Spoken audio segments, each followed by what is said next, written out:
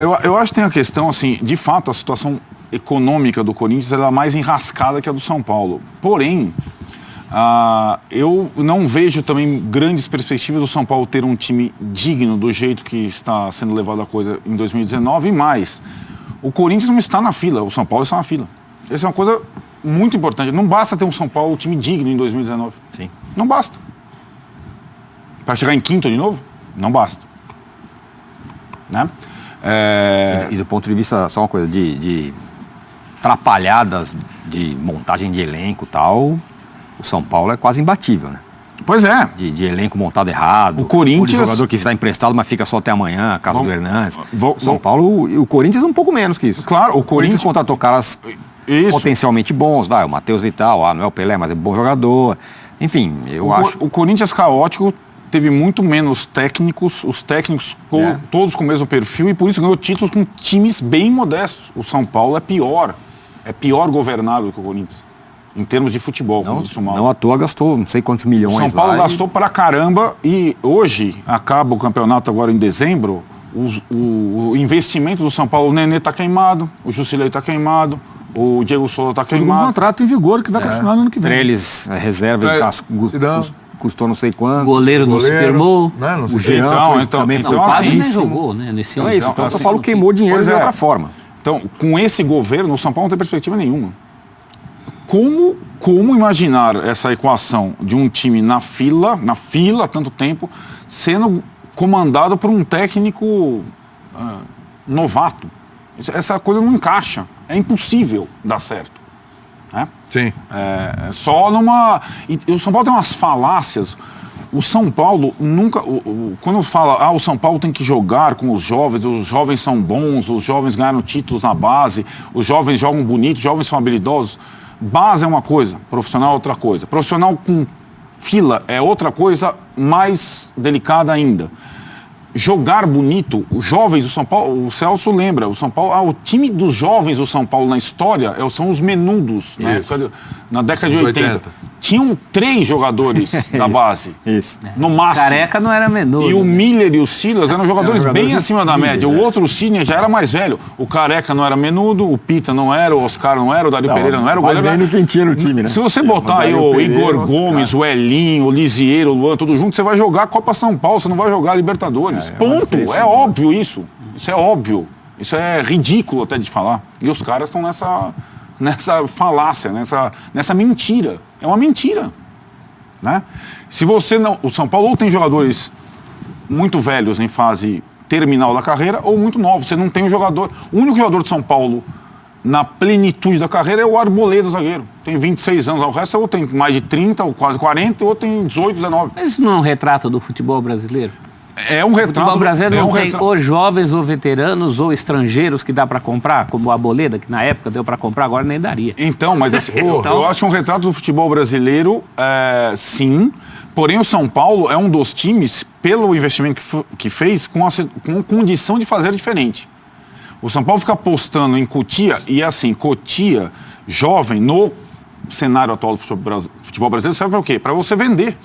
O São Paulo, todo jovem que despontou alguma coisa foi vendido sem completar. David Neres foi vendido sem completar 20 partidas. O Luiz Araújo, idem. O Éder Militão jogou uma temporada e foi vendido. Agora que eu vou vender o Liseiro. O jovem, para ser vendido, não forma time. O São Paulo caiu nessa cilada. Não adianta esperar de um técnico novato e de um elenco com novatos título. Não adianta. Essa equação não fecha, não tem essa possibilidade. Com o comando anterior, com a visão mais rodada, o São Paulo poderia ter alguma perspectiva. Encerrou... sinceramente, não dá pra gente falar sobre hipótese. Continuando de escrever a campanha com o Jardim aqui. 5.5. A convicção... O São Paulo, que era um time difícil de ser batido com a Guia, jogando feio, jogando lateral na área e tal, não faria 5 pontos em 15. Impossível. Não faria 1 ponto em 9 contra Vasco, Sport, Chapecoense.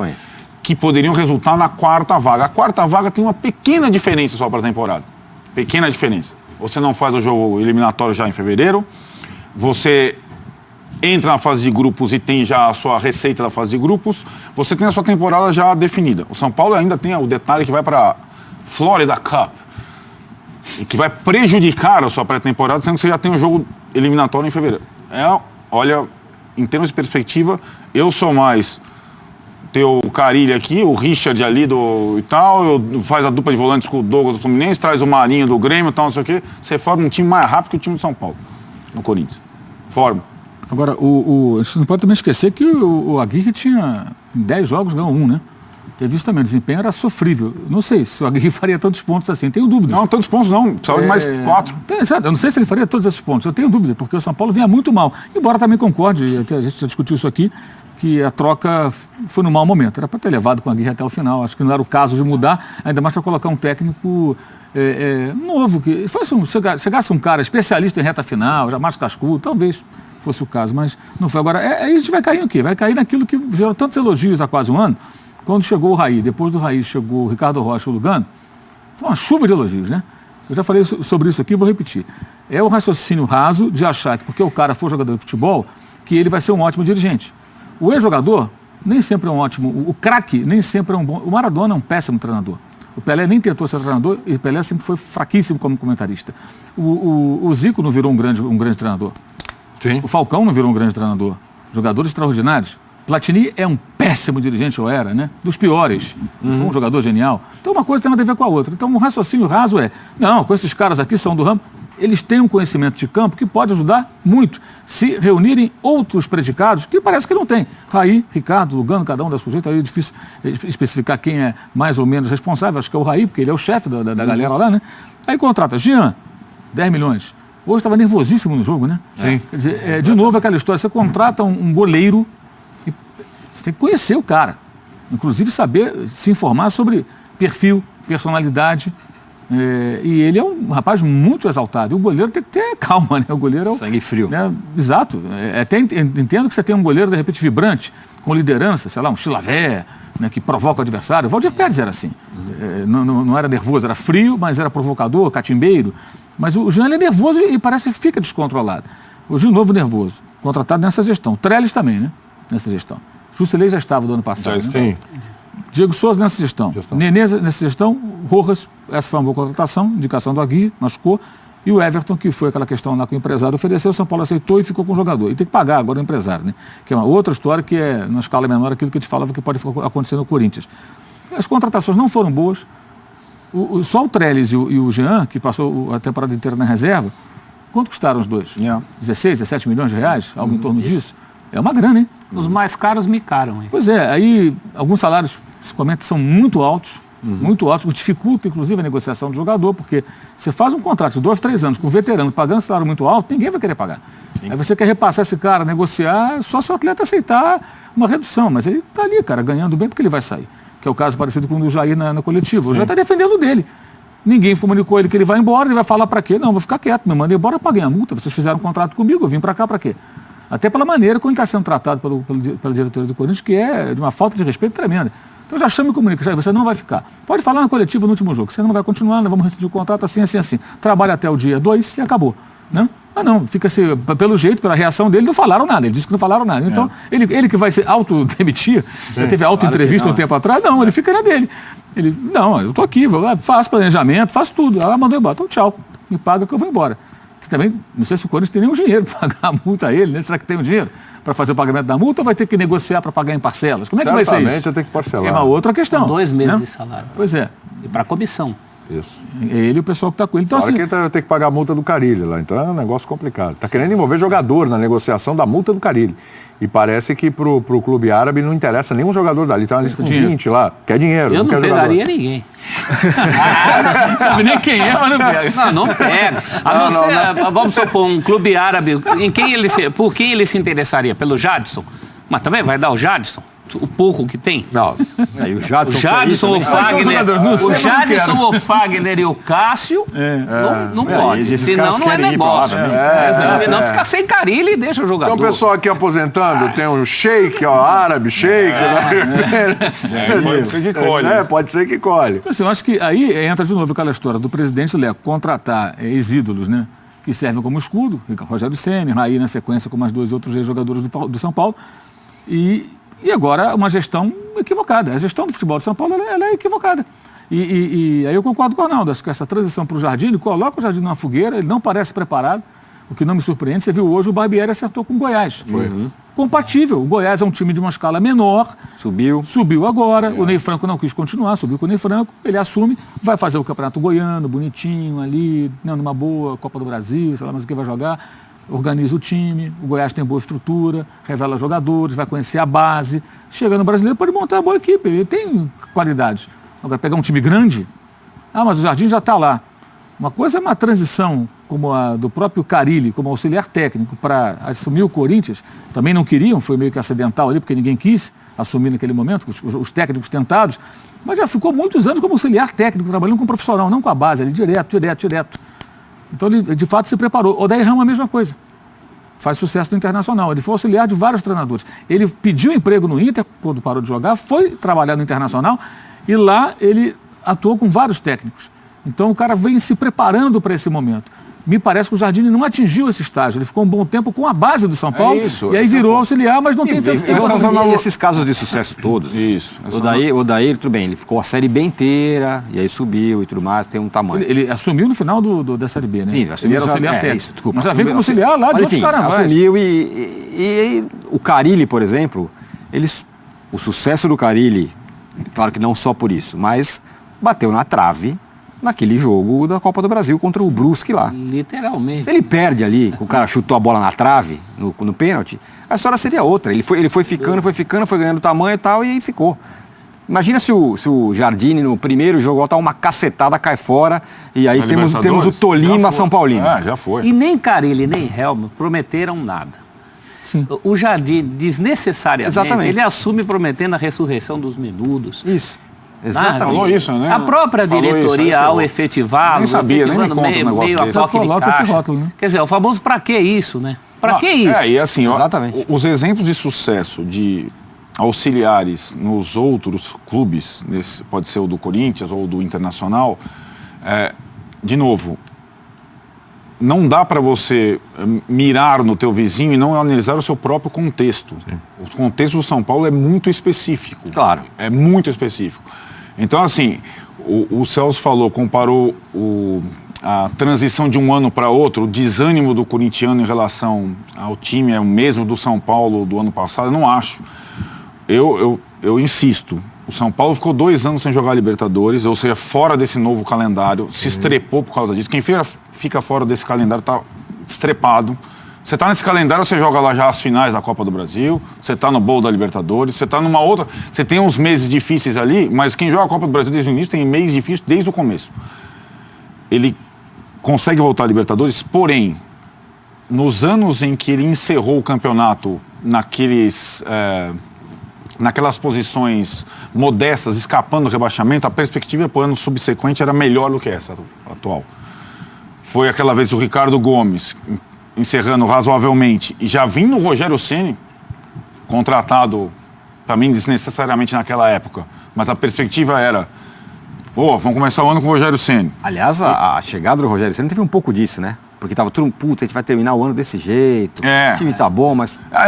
Mas assim, vamos lembrar bem, o São Paulo terminou aquele ano com o Ricardo Gomes, metendo 4 no Corinthians, ganhando do Atlético no Independência, fazendo um monte de coisa. Terminou o ano bem. Entendeu? Não terminou o ano perdendo para a Chape, empatando com o Sport e tal. Você entendeu? Então o Ricardo tinha acertado o time no final do ano. Veio ainda o Rogério, então a perspectiva era bem melhor. E no ano passado, saiu com o Dorival numa das melhores campanhas do segundo turno. É o inverso desse ano. E começou com o próprio Dorival, aí o Hernandes não fica tal, mas assim, a perspectiva para 2018 era muito melhor que agora. Agora é trágica. Então, mas qual seria a lógica para o ano passado? Não era seguir o trabalho iniciado em 2017? Evidente. Ela foi abortada com a contratação do Raí de ex-jogadores que viraram as estrelas. Além disso. O Dorival subiu no noticiário. Isso, ninguém sabia nem que era o técnico de São Paulo. A questão do jogador que você disse... E aí acabou, mudou tudo. Acho que a expectativa do São Paulino com Raí, Ricardo Rocha, Lugano, além da ligação de atleta, né, que eles tinham com o clube, era que eles fossem suficientemente grandes para evitar as atrapalhadas do presidente. E eles estão conseguindo a cartilha do presidente, certo? O Ricardo Rocha vai embora, o Lugano, se ficar, vai como rainha da Inglaterra, né? Porque o Lugano escolheu o Aguirre, foi demitido o Aguirre sem ele saber. Então, o triunvirato naufragou? Sim, nunca houve o triunvirato. O Lugano nunca foi... O presidente continua mandando num departamento de futebol profissional de figuras com um peso no esporte. E o presidente do São Paulo é um desastre. Vocês lembram quando o Leco apareceu numa reunião da federação, uma reunião para o Campeonato Paulista? Sim. E ele, fora de hora, quando perguntado, não garantiu o Aguirre? Sim, Um momento muito infeliz. Eu, na hora que vi aquela imagem, pensei, toda vez que o Leco aparece... E depois foi ele a falar que o Jardine será efetivado. O Leco tem que dar parabéns pela ilustre ausência. Você pegar no ano do São Paulo... E ele falou isso, ele falou, efetivou o Jardine no pior momento possível. Jardine, agora você é o técnico do São Paulo para o ano que vem. Agora você tem 5 jogos aí, a gente quer chegar em 4º lugar. Ele só aparece para atrapalhar. Esse ano ele só apareceu para atrapalhar, foi pontual. E o São Paulo... não precisava nem o momento em que era líder, mas, enfim, antes da derrota para o Palmeiras. Era um time que você só precisava fazer acertos. Aqueles acertos que a gente conhece. O goleiro, de repente, virou o fio de uma maneira... Isso. Aí começou a se questionar coisas que estavam até relativamente bem paradas. Claro que a gente, olhando o jogo com mais profundidade, percebe que o Jusilei, por exemplo, só toca a bola para o lado e para trás. Então não dá para pensar no futuro com um cara desse. Mas era, por exemplo, um exemplo de jogador que não era discutido. Era uma posição em que o São Paulo não pensava. O São Paulo no ano que vem, pro ano que vem, pensava em um goleiro que, enfim, já teria que ter tido nesse ano, mas não teve. Em mais opções de jogadores de velocidade pelo lado. E também não um azar danado das contusões. O Everton, menos azar. Mas do Rojas, mais azar. Quer dizer, eram coisas pontuais. E, de repente, parece que o mundo acabou. Quer dizer, o São Paulo começa o ano sem nenhuma perspectiva. Não acho que não tenha nenhuma perspectiva. Acho que ainda dá para salvar algo do trabalho do Aguirre. Não, eles querem arriscar o trabalho do Aguirre. Eles então, pegaram e falaram, não vai arriscar, vai mandar o Rojas vou embora. jogar o futebol da laranja mecânica do Cruyff, os molecada tocando de ombro, tal, não sei o quê. O problema é essa pretensão. Os caras estão achando que estão Eu acho que isso evidencia um outro erro de gestão. Você contrata um técnico como Aguirre. Primeiro tem que saber como trabalha o Aguirre. O Aguirre trabalha daquele jeito. É aquele futebol de rejeição à bola, jogar por uma bola, defesa fechada, tudo, enfim. Conseguiu a proeza de ser, é uma proeza, ser o líder de um campeonato de 20 clubes, pontos corridos, com o menor número de troca de passes e posse de bola. O time que mais detestava a bola era o São Paulo, mas era líder, então que se dane o resto. Sim. Eu sempre achei um futebol, eu falei isso aqui várias vezes, fraco, sem grandes perspectivas. E até falei uma vez aqui ou mais. Eu, se eu fosse presidente de São Paulo, conversaria com a Aguirre e perguntaria, o que você tem a me oferecer é só isso? Sim, solamente isso. Então, obrigado, tchau. Contrataria outro para 2019. Isso agora, não, né? Isso não, lá atrás. Não, isso agora no final do ano, exato. Agora no final do ano. Hoje, a partir de hoje. Ao final da temporada, independentemente da colocação. Lá no ônibus, voltando de Chapecó. Agora, vem cá, o que você pode fazer mais? Não, se você me der 3, 4 jogadores, 5, 10, sei lá quantos, com tais características, eu quero fazer isso, o time tem... Eu preciso mudar isso, melhorar aquilo outro, o time tem tal deficiência, podemos jogar de uma outra forma.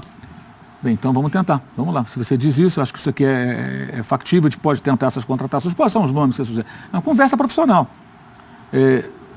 Agora, a tentativa de... Isso que eu não consigo entender. Você tem um time que joga dessa maneira. É o time ultra reativo, né? Isso. De repente, você... Agora vem o técnico da base, ele quer auxiliar agora há pouco tempo, ele assume e vamos jogar o futebol de posse de bola, troca de... Assim virou a chave. Isso, exatamente. Não é assim. Você quer mudar, você tem que fazer essa mudança... de uma forma mais... Claro, e com o jogo em fevereiro. Sim, não, exato. Pode acabar com a temporada em fevereiro. Isso muda de uma hora para outra. Evidente. O Atlético Paranaense conseguiu, ontem, com o time reserva no Maracanã, fez várias vezes isso contra o Flamengo. O time não rifa a bola. E a semente do Fernando Diniz, que não foi competitivo, perdeu o emprego e tem, evidentemente, a responsabilidade disso, que ele estava em 19º no campeonato. O Thiago Nunes aproveitou o que ele encontrou e aprimorou. Então o time joga de diferentes formas. Joga sem bola, joga com a bola, joga com alta velocidade, joga trocando passe, não dá chutão, raramente dá chutão. É interessante ver. Aliás, o Fernando Diniz poderia ser um cara para ser contratado por um grande clube para cuidar, de repente, do sub-20 para baixo, né? Para criar uma forma de jogar, uma identidade de jogo que possa ser lapidada no profissional com a chegada de outros jogadores e um técnico, até que ele se prepare de fato para ser um grande técnico que até hoje não conseguiu ser. Mas é um cara que pensa futebol de uma forma diferente, que conseguiu plantar uma semente que o Thiago aprimorou com muita competência. E o clube bancou, o Atlético Paranaense bancou. Mas isso é um processo que teve no meio do caminho uma dificuldade grande. O Atlético vem há muito tempo buscando esse personagem. É um clube que tem uma pressão menor, evidentemente, isso é óbvio, do que o São Paulo. Também não está com carência de título, que é o campeão do Estado, e agora pode ganhar uma Copa Sul-Americana, que seria um título internacional. É um outro momento, cada um dentro do seu tamanho e da sua perspectiva. Então o Atlético está bem, tem uma tremenda estrutura, inclusive, e isso veio ao longo do ano, mas já vem de outros carnavais. E durante o ano inteiro, quem viu o Atlético ontem vai ver, provavelmente ganhando, acho que vai ganhar do Júnior Barranquilla, afinal, acredito que ganhe. Jogando bem, não começou agora. Não foi assim, semana passada muda o técnico, entra você aqui, muda a forma de jogar, não. É um processo que veio acontecendo. Isso ocorre no mundo inteiro. Às vezes mais rapidamente, às vezes mais lentamente. Para ser rápido, os jogadores têm que ser bons, que entendam bem, e o técnico muito fera. E o Jardim não é isso, né? É um jovem tentando espaço. Então, acreditar nisso é que me espanta. Achar que simplesmente achar... Alguém que trabalha no futebol não tem o direito, isso vale para o Raí e para todos que estão com ele, não tem o direito de achar que a simples mudança de um técnico vai fazer com que o São Paulo mude a forma de jogar, promova vários jovens promissores e vira um time altamente competitivo, porque não é assim, tão fácil, tão rápido. Isso tem que ser planejado no médio e longo prazo. E teria que ser ao final da temporada. Então podem ter queimado o rapaz, com ele pode se queimar um ou outro jogador jovem, porque entra numa frigideira desgraçada nessa reta final, e essa questão do jogo no começo do ano, que já é uma decisão, já entra numa decisão. Um outro detalhe, o São Paulo dos últimos anos, que foi uma coleção de fracassos, o momento menos triste, vamos dizer assim, do São Paulo foi com um técnico que era exatamente isso, que era o Bausa. Chegou na semifinal da Libertadores, jogando horroroso, jogando desse jeito, futebol bem, tosco, ultra reativo, não sei o que lá. Chegou até a semifinal. Sem goleiro. Depois disso tentou de tudo. Toque de bola, tomou de 6 do Corinthians. E assim foi. E agora de novo. Mas é tudo tentativa e erro, né? Nada é pensado. Até o Bausa não foi pensado. O técnico estava dando sopa no mercado. Traz o Bausa, ganha o Libertadores. É isso aí. Traz ele e vê o que acontece. Eu acho que o principal agravante, isso serve para o torcedor de São Paulo. O torcedor lá, mesmo a torcida organizada, tá apoiando lá Jardim, os garotos, vamos arriscar com vocês e tudo mais. De novo, ter um time de garotos é um convite à frustração. Você se apega ao garoto, ele sai dali a 2 meses na primeira... O cara emendou uma boa sequência, ele é vendido. Isso não é só no São Paulo, mas tem sido muito no São Paulo. Então, assim, voltando ao São Paulo, a história recente, né, a década que o São Paulo teve sucesso, era toda ela construída com um jogador, entre aspas, médio. Bom, mas médio. Que não era convocado para a seleção, não era jovem, não era vendido, não tinha apelo no mercado. Nunca com jovem promissor e nem com craque. Então, foi assim que o São Paulo conseguiu manter bases de times, porque agora muda toda hora por 3, 4 anos. Foi campeão da Libertadores com um jogador da base, Rogério Ceni. Exato. Base é legal pra caramba, você se apega o moleque, decora o nome do moleque, o cara vai embora. Então, isso é assim, no futebol brasileiro é assim. Então, gostou do Lisieiro, o nome dele? Olha, talvez vai embora. Tem o Luan, legalzinho, bom, joga bem? Olha. Lembra do Militão? Olha. David Neres, tá lá no Ajax. É frustração. É isso. Não seja idiota, torcedor do São Paulo. Não acredite nisso. Isso é uma falácia. O cara não fica 3 meses defendendo a tua camisa. Ponto. Vou fazer o primeiro intervalo no Linha de Passe. No próximo bloco, o Palmeiras, que é o oposto de tudo isso que a gente está falando. Exato. Né? Não tem planejamento... E tem base também, só tem base, usa... Exatamente. Tem dinheiro também. Tem dinheiro, importante. Né? Tem título, não está na fila, como o São Paulo está, o Corinthians não, né? Mas o São Paulo está, enfim. É o oposto de toda essa história. E hoje levantou a taça de campeão brasileiro no triunfo sobre o Vitória aí por 3-2. A gente volta já, continue participando na hashtag Linha de Domingo.